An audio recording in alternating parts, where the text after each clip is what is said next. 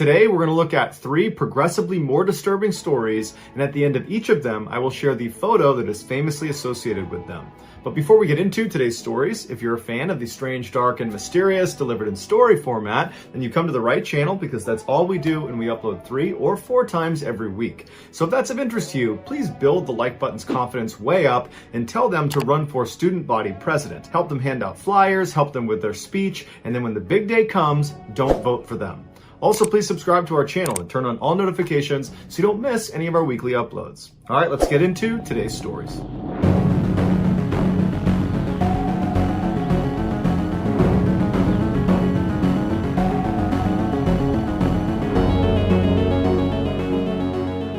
There are 3 waterfalls spanning the Canadian-USA border that combined make up the famous Niagara Falls. They have a max height of about 170 feet at their highest point, and every second, 700,000 gallons of water tumbles over the edge. The rapids above the falls are some of the strongest and most violent in the world, with a max speed of about 40 miles per hour right before you hit the edge. As a result, no one's allowed to boat or swim in the final 3.2 miles of the Niagara River that feeds into the falls. But back in the day, there was no such restriction. On the evening of July 16th, 1853, 3 men were working on a small barge anchored in the Niagara River about a half-mile away from the edge of the falls. Once they were done with work, the way they would get back to shore is by taking a rowboat and taking it downstream to this small island called Goat Island that sits right on the edge of the falls. Now, in order to get to that island, you would have to traverse the rapids, but it was only a couple hundred feet away, and because they worked here all the time, they had traversed the rapids many times before without incident. But this time, as soon as they got in, one of their oars broke. And so they weren't able to control their boat, and very quickly they got dragged into the rapids, started getting spun around, and then it capsized. Although they desperately tried to swim to shore, the rapids were just too strong, and 2 of the men were swept away to their death. But one man, Joseph Avery, was lucky enough that when he fell in, he drifted down and grabbed onto this tree root that was sticking out of the water. And so he pulled himself about halfway up out of the water, he caught his breath, and he's looking around, and he can't believe he survived. But he wasn't out of the water yet, so to speak, because he was in the middle of these rapids and there was nobody on shore. It was getting late. His 2 buddies have drowned, and when he yelled out, the rapids were so loud nobody could hear him. And the log he was holding onto was totally slick, and so he had to grip it as hard as he could, otherwise he would just slip back into the water. And so all night, with half of his body in the water, he gripped onto this branch as tight as he could and just prayed he would survive. The next morning, when tourists arrived, they noticed Joseph out on this log and they waved to him. And Joseph, who had used all his strength just to hold onto this log all night, was not only fatigued, but also was becoming hypothermic. And he very carefully removed one hand and he waved back. The tourists immediately notified authorities and a rescue effort was launched. And because it was too dangerous to take a boat and try to drive down to Avery and pull him out that way because he was right near the edge of the falls, what they did is they went up to this little bridge that was upstream of Joseph and they released rafts and small boats, hoping that one of them, just by chance, would get caught up on that log and he could grab it, and then Joseph could climb in, throw the rope out, and get pulled to shore. But unfortunately, after dozens of attempts, nothing came close to Joseph. Their next plan was to tie a long tether onto one boat and then guide it down the river until it reached Joseph, and this worked. But when Joseph climbed into the boat, it immediately began to capsize, and witnesses would say Joseph stood up,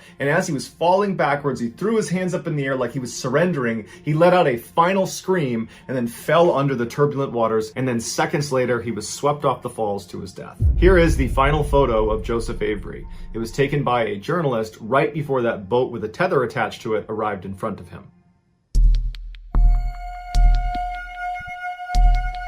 Chad Lawhorn woke up in his Nashville home around 3 a.m. on April 8th, 2018. He had taken a long flight back from San Francisco the night before, so his sleep schedule was all messed up. Not feeling very tired, he decided to go downstairs to the kitchen to get a snack. And as he was walking down the stairs, he pulled out his phone and he saw a notification from his Venmo account. His younger brother, Casey, had sent him $250, and attached to it was a single-word note. It just said, "damages." Knowing his brother had long struggled with his mental health, Chad was concerned he was getting ready to hurt himself, and he had sent him this money as a way to compensate for the emotional toll he was about to inflict on him. Chad didn't even change out of his pajamas. He grabbed his keys, hopped in his car, and began driving the 2 hours to East Ridge, Tennessee, where his younger brother and his mother lived. On the ride there, he called both of them dozens of times, but he never got through. When he finally pulled onto their street, he looked down the road and he saw dozens of police cars and TV crews, and there was yellow crime scene tape all around their property. Chad just stopped the car right in the middle of the road and just stared. And he didn't know how long he was there for, but at some point, one of the police officers noticed him and walked up and knocked on his window. And when the officer found out who he was talking to, the news Chad was delivered was far worse than anything he was expecting. 24 hours earlier, Chad's younger brother, Casey, who was 23, was spending the day with one of his very good friends named Avery. They had gone to a comic book store to play Magic the Gathering, and then afterwards they headed back to Casey's house to go to bed. Around 12:30 in the morning, Avery fell asleep on the living room floor, and as Casey was getting ready to go to bed himself, his mother called him and asked if he could come pick her up at the bar. And so Casey begrudgingly agreed to do it. He drove to pick her up, and when he saw her, he could tell she was totally intoxicated. And the entire ride home, she just pleaded with Casey not to hurt himself because it would totally devastate her if he ever did that. Casey hated when she talked to him that way, and apparently she did this all the time. When they got back to the house, Casey dropped his mom off, and then he went up to his bedroom where he retrieved a rifle he had stolen from a friend. And then he paced around his room for a while, getting mentally prepared for what he was about to do. And when he felt ready, he left his room, he went downstairs to the living room where Avery was still asleep on the ground, and he placed the rifle up against the side of his head, and he fired one shot, killing his friend instantly. Once he was dead, Casey went upstairs to his mother's room. When he got to the threshold of her room, he pushed the door open and it was totally dark, but he could tell his mother was still awake in her bed. He raised his rifle and he fired, except the gun didn't go off. It jammed. His mother, because she was so intoxicated, did not hear the shot ring out, and she didn't really know what her son was doing in the doorway, so she did not raise any alarms. And so Casey just turned around, walked into the hallway where there was light, he fixed the jam in his gun, he turned back around, and this time his mother was now out of bed because the family dog was barking like mad, and so his mother was trying to calm the dog down, and she looked up and saw her son standing in the doorway carrying a gun, and so she just kind of froze and stared at him, and that's when Casey, without any hesitation, raises his rifle and fires 2 shots, and then his gun jams again. Now, neither of those 2 shots were fatal, although one of them did strike her in the arm. And even though she was intoxicated, she was now fully aware her son is trying to kill her. And so she's screaming at him, "Why are you doing this? You're killing me!" Casey was totally unfazed. He flipped on the lights, he fixed the jam, he re-aimed at his mother, and his mother, who was still just standing next to the bed, looking at her son, wondering why this was happening, and Casey just aimed and took 2 shots, and these would be fatal. After that, he went downstairs and robbed Avery, and then he hopped in his car and he drove all the way to Mississippi, where within 24 hours, he would take his own life. We know all of these details because shortly after he committed these crimes, Casey posted a lengthy confession to Facebook detailing exactly what happened and what he did. This is a screenshot of the actual post. It's extremely graphic, and it's since been removed from the social media platform. In his post, Casey says he feels extremely bad for his older brother Chad because he knows this is going to be extremely hard for him, and he encourages people to help his brother during this insanely difficult time. While he doesn't provide a specific motive for why he committed these crimes, he does say at the end of his confession that he's been thinking about murder a lot lately and wanted to know how it felt. But after doing it, he says he barely felt anything at all. In 1996, 28-year-old Paljor Tawang was offered the opportunity of a lifetime. Born and raised in a valley at the foot of the Himalayas, he was chosen to lead the first ever Indian ascent of the north face of the highest peak in the world, Mount Everest. He had left school after the 10th grade and joined the highly competitive and prestigious Indo-Tibetan Border Police. Created in 1962 in response to their domineering neighbor, China, the Border Police specialized in high-altitude landscapes. They had to, given that the boundary between India and China ran through the very rugged Himalayan mountain range. 12 years after joining the Border Police, Paljor was an expert climber and very well liked by his peers, making him an obvious candidate for one of the Border Police's most ambitious missions to date. While Paljor's mother was full of pride for her son's work and accomplishments, he didn't think she would be very supportive if she knew how dangerous the mission he was going on was. And so he told her he was climbing a different mountain, although she would find out through friends where he was actually going, and she would plead with him not to go, but Paljor was not about to change his mind. He was excited and he was confident. In May of that year, Paljor said bye to his family, and he and the other hikers set out on their journey. At first, it went extremely well. The weather was perfect, and the men seemed to be having an excellent time.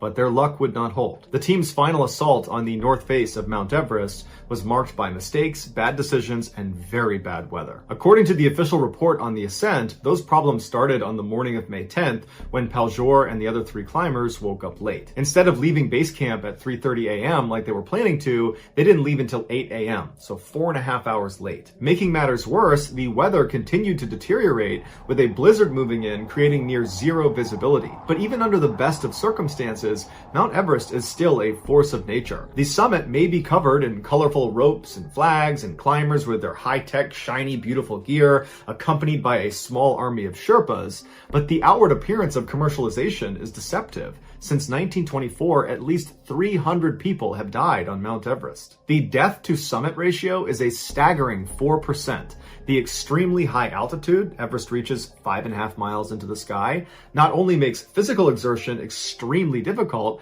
it affects your judgment and decision-making, and not in a good way. Climbers and scientists have a name for the final half mile of Mount Everest. It's called the death zone, because literally, while you're up there, you're dying. Oxygen is so limited up there that your cells just begin to die, and extremely fit people will have heart attacks and strokes and experience debilitating altitude sickness. The conditions are so severe that people have died from exhaustion just standing in line waiting to reach the summit. But one of the biggest killers in the death zone is something called summit fever. When you get to that point in the climb, you are so close to reaching your goal. People will disregard safety and keep going on when really they should turn around and go back. Paljor and his 3 teammates were given strict orders to turn around at 3 p.m. if they had not reached the summit yet. But because of their late start, when 3 p.m. rolled around, they were not at the summit, they were in the death zone. One of the climbers who was with Paljor was the commander, and so at 3 p.m. when they were supposed to stop and turn around, he was at the very back of the climbing stack. And so he stopped and he yelled up to Paljor and the others and tried to get them to stop too so they could go back down, but either they didn't hear him or they just ignored him. Already suffering from frostbite and totally exhausted, he could not go any farther, so he grabbed his radio and he tried to hail them to tell them to stop and come back, but they didn't pick up their radio. And so the commander, after waiting for a few minutes, knew he had to go back down, and so he turned and began the descent. About 30 minutes later, the commander's radio crackled on again, and it was Paljor and the others, and they were informing him that they were going to make a push for the summit. They were about an hour away. And the commander said, "Stop, turn around, I'm ordering you to come back down. The weather is only getting worse." But whether they were suffering from summit fever or overconfidence, we don't know. But regardless, they refused. Frustrated and terrified for the other climbers, the commander just continued down the mountain. But 2.5 hours later, his radio crackled again, and this time it was Paljor and the others saying they had made it. They were standing on the summit of Mount Everest. The men had not just set a record for India, they had brought immeasurable honor to their country. The news sparked a huge celebration down in the base camp and also in the city of Leh, which is where the border police were located. But the party atmosphere would not last long. Shortly after the victory call, the weather turned from bad to horrible. What would later be known as the blizzard of 1996 had arrived in full fury, and by midnight that night, no one had heard from Paljol or the other 2 people he was with. And just a couple of days later, rescue climbers would confirm all 3 men had died. In the years following Paljol's death on the north face of Mount Everest, this hopeful and proud young Indian has become a sort of gruesome celebrity and landmark for the thousands of climbers that make it up into the death zone. Except now he's widely known on the internet and amongst people who are passionate about climbing the world's highest peak, not as Paljor, one of the first Indians to climb the north face of Mount Everest, but as Green Boots, which is a reference to the bright neon green boots he was wearing when he died. For more than 20 years, he's laid near the top of Mount Everest in a small limestone cave,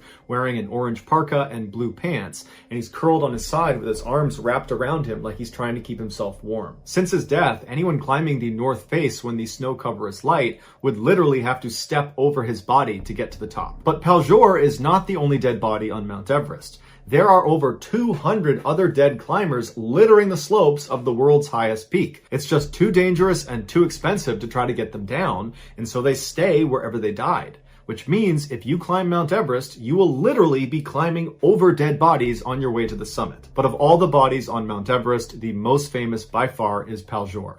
Here is an image of Paljor, aka Green Boots.